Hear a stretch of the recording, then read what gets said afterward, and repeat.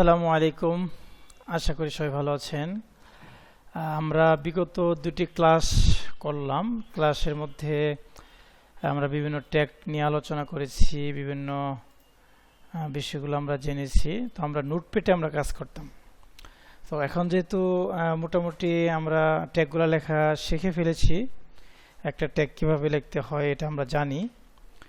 তো আপনারা এই দুই ক্লাসে প্রচুর নোটপ্যাডে প্র্যাকটিস করবেন। এখন থেকে আমরা আমাদের কাজের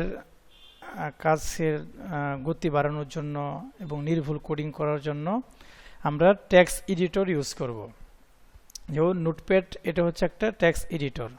আমরা যদি গুগলে সার্চ দিই যে টেক্সট এডিটর কোনগুলা, এই যে এখানে বিভিন্ন টেক্সট এডিটর আছে। এখানে যেমন আছে হলো সাবলাইম টেক্সট আছে, নোটপ্যাড প্লাস প্লাস আছে, তা অনেক আছে আর কি। তো আমি বর্তমানে সবচাইতে যেটা বেশি পপুলার, সবচাইতে যেটা বেশি ইউজ হচ্ছে, এই ট্যাগটা আপনাদেরকে ইনস্টল করা দেখাবো এবং আপনারা সবাই যার যার পিসিতে ইনস্টল করবেন। তো আমি গুগলে গিয়ে সার্চ দিতে পারি ভিজুয়াল স্টুডিও কোড, সংক্ষেপে হলো ভিএস কোড ডাউনলোড। এখানে গেলাম, খুব সহজ। আমি এখানে যদি যাই, ক্লিক করলাম, এই যে উইন্ডোজ, বিভিন্ন ম্যাক, বিভিন্ন অপারেটিং সিস্টেম যাদের আছে, তো আমরা সবাই যেহেতু উইন্ডোজটা ইউজ করি, উইন্ডোজে আমি এখানে ক্লিক করলাম।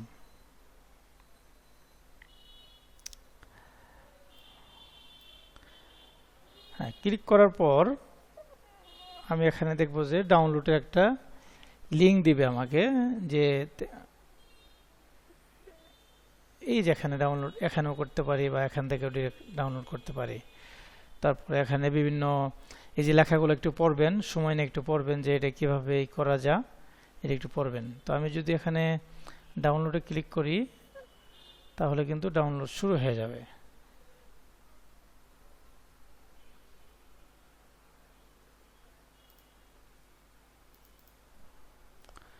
তো আমরা ডিরেক্ট ডাউনলোড করতে পারি।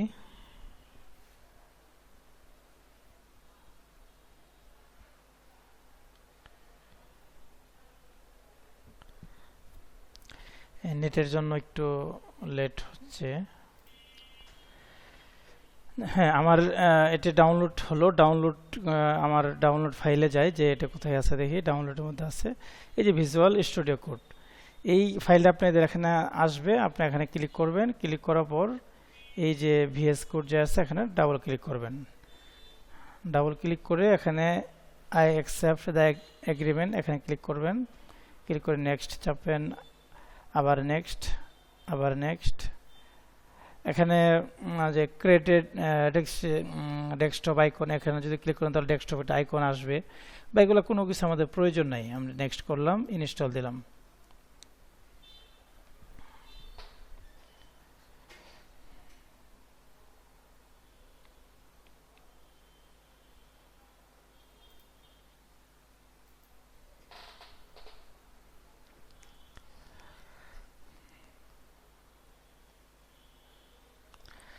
হ্যাঁ, আমাদের ইনস্টল হয়ে গেছে। আমি ফিনিশ এখানে ক্লিক করলাম।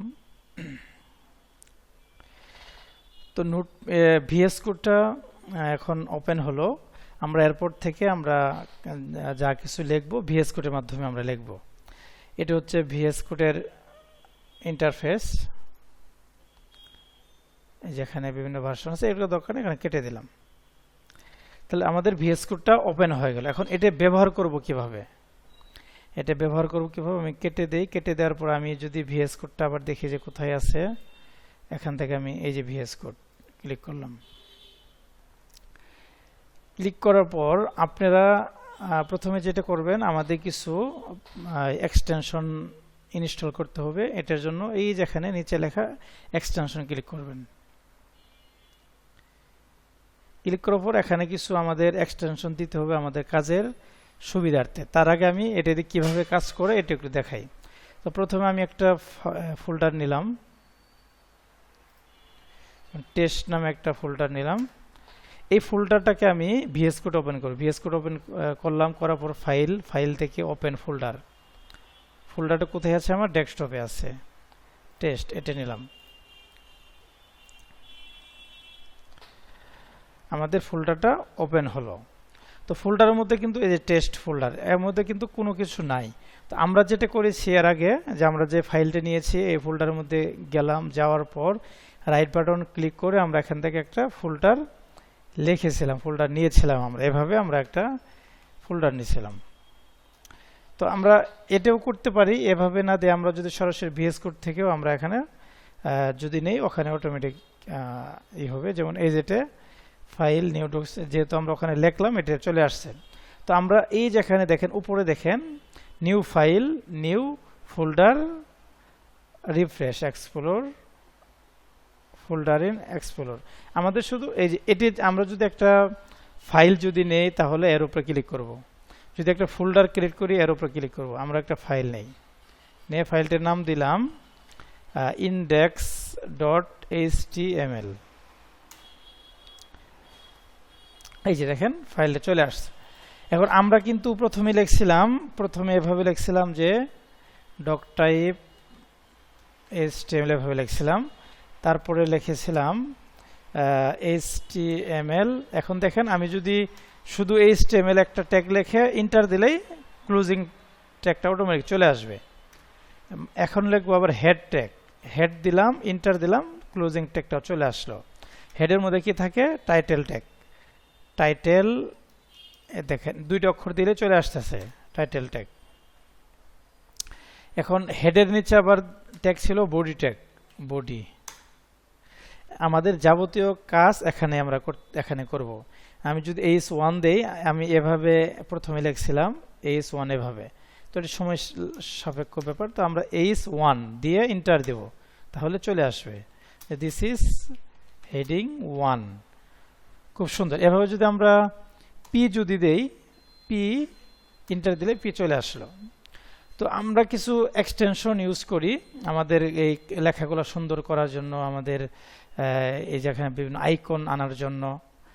তারপরে এখানে এটা যদি এই ইন্টারফেস, এই স্ক্রিনটা যদি পছন্দ না হয়, এটার জন্য আমরা যেটা করতে পারি সেটা হলো যে এই যে সেটিংয়ে যাব, যে সেটিং থেকে এখানে কালার থিম থেকে এখানে আমরা যদি এটি দেই তাহলে দেখেন এরকম আসতেছে। এখন যদি লিখি, তো এখন আপনারা পুরো স্ট্রাকচারটা কিভাবে নিয়ে আসবেন, এভাবে যদি লেখেন দেরি হবে, যেন আপনারা নিয়ে আসবেন, আপনি শিফট ধরে এক্সক্লেমেটরি সাইন দেবেন, শিফট এক্সক্লেমেটরি সাইন, ইন্টার। তাহলে কিন্তু আমাদের যা যা প্রয়োজন, যেমন এর আগে আপনাদেরকে এটা লেখাইছিলাম ডক টাইপটে, তারপর হলো HTML, এটা হচ্ছে একটা অ্যাট্রিবিউট। এটা কি অ্যাট্রিবিউট? গত ক্লাসে আপনাদের বলেছিলাম যে এটা হচ্ছে HTML এর ল্যাঙ্গুয়েজ করা অ্যাট্রিবিউট। আসলে আমরা ইংরেজি ভাষায় করছি না বাংলা ভাষা নাকি অন্য কিছু, যেহেতু ইংলিশ ভাষায় সেজন্য EN। এরপর হেডের মধ্যে আরো আমরা দিয়েছিলাম টাইটেল ট্যাগটা শুধু দিয়েছিলাম, এর উপর আরেকটা হলো মেটা কার্সেট। আমি বলছিলাম যে হেডের মধ্যে মেটা রিলেটেড ট্যাগগুলো থাকে, এটাও একটা ট্যাগ, মেটা ট্যাগ। তো এটা হলো এই যে মেটা কার্সেট UTF-8, এটা হলো আপনার আমাদের যে ইউনিকোডগুলো আছে, ইউনিভার্সাল টেক্সট ফরম্যাট, এটার নাম হলো ইউনিভার্সাল টেক্সট ফরম্যাট। অর্থাৎ আন্তর্জাতিক যে টেক্সটগুলো সবকিছু যেন আমাদের এখানে শো করে, শুধু তো বিজয়ী থাকবে না, আরো অনেক কিছু থাকবে। এই যে আন্তর্জাতিক যে ইগুলো আছে, টেক্সটগুলো সবগুলো যেন শো করে। তারপর এটা হলো মেটা নেম যে আছে, এটা হলো আমাদের রেসপন্সিভ করার জন্য আমাদের এটা প্রয়োজন হয়, যেমন meta name, viewport, content, width, device width, initial scale 1, 0। এই লেখার এগুলা যদি মুখস্থ না থাকে এখানে যদি দেন অটোমেটিক চলে আসবে। আর মেটা কার্সেটটা এটা একটু মুখস্থ রাখার চেষ্টা করুন। তারপর টাইটেল। এখন আমরা এখানে বিভিন্ন ট্যাগ আমরা লিখতে পারি।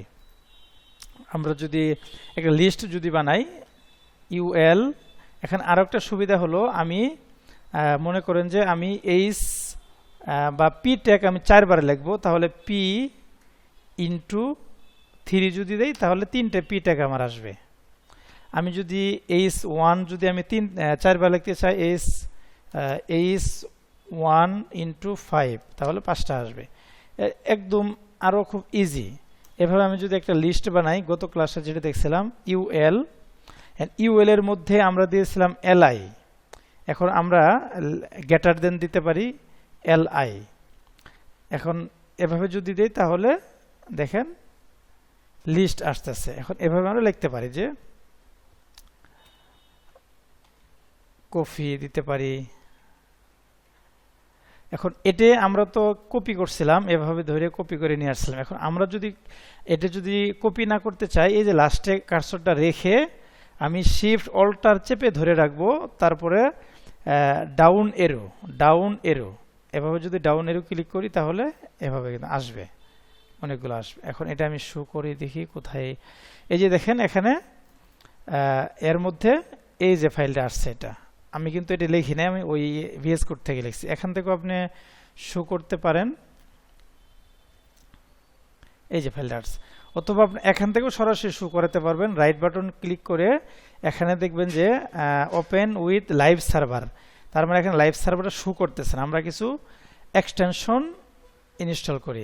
আমি এই যে এখানে যাব, এখান থেকে নিচে এসে এই যে এখানে লাস্টটা এখানে যাব, যাওয়ার পর এখানে একটা এক্সটেনশন আমরা নেই বিউটিফাই, এটা আমরা করলাম, এটা ইনস্টল করলাম। এটা দিলে আমাদের যে টেক্সটগুলো আছে খুব সুন্দর দেখাবে, খুব সুন্দরই হবে। তারপরে আরো আমরা দিতে পারি যে ট্যাগ দিতে পারি, ট্যাগ নেম, এই যে অটো রিনেম ট্যাগ, এটা যদি দেই, এটার কাজটা কি, আমি যে একটা ট্যাগ যদি আমি লিখি, সেই ট্যাগটা যখন আমরা লিখবো যদি ভুল হয়, আমি যদি রিনেম করি, অর্থাৎ আমি যদি এই যে H1টা দিলাম, H1 দিলাম, এখানে যদি আমি পি দিলাম, এটা ইনস্টল থাকলে এই পাশে পিটা অটোমেটিক চলে আসবে।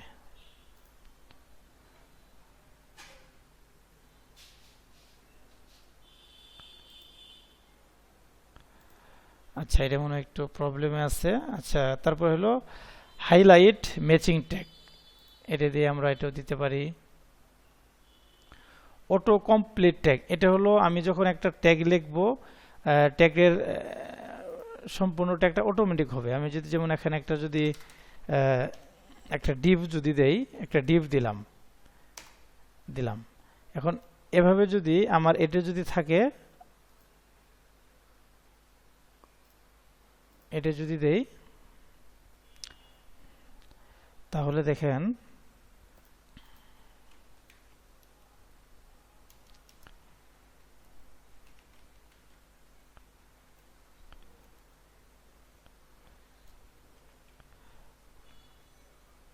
এই যে দিলে কিন্তু এটা অটোমেটিক চলে আসছে। এভাবে কাজ সুন্দর করার জন্য, দ্রুত করার জন্য এই জিনিসটা আমাদের লাগবে। এখান থেকে আরো কিছু আরো জিনিস একটা আমি নিয়ে আসি, সেটা হলো যে আইকনটা নিয়ে আসি। আইকনটা কি, আমি যে ফাইলটি দিলাম দেখেন, এই ফাইলটা বিভিন্ন ফাইল থাকতে পারে এখানে, এই ফাইলের আইকনগুলো যেন শো করে। আমি ম্যাটেরিয়াল আইকন থিম, এখানে আমি ক্লিক করব।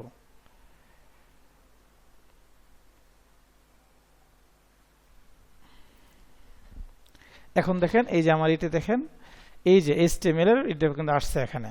তো আমি ইচ্ছে করলে এখন আমি যদি আরেকটা ফাইল নেই, অর্থাৎ আমি যদি CSS একটা ফাইল নেই, তাহলে CSS এর মতো আসতেছে এভাবে। আমি যদি একটা node.txt যদি নেই, তাহলে দেখেন নোটপ্যাডের এটা আসতেছে এভাবে। তারপরে ম্যাটেরিয়াল আইকন থিম, এটাও দিতে পারি। আবার এই স্ক্রিনটা যদি ভালো না লাগে, তাহলে আপনার আবার এখান থেকে গিয়ে এই যে কালার থিম, এখান থেকে চুজ করে দেবেন, যেটা মনে কেটে দিতে পারেন, এটা আরেকটু সুন্দর।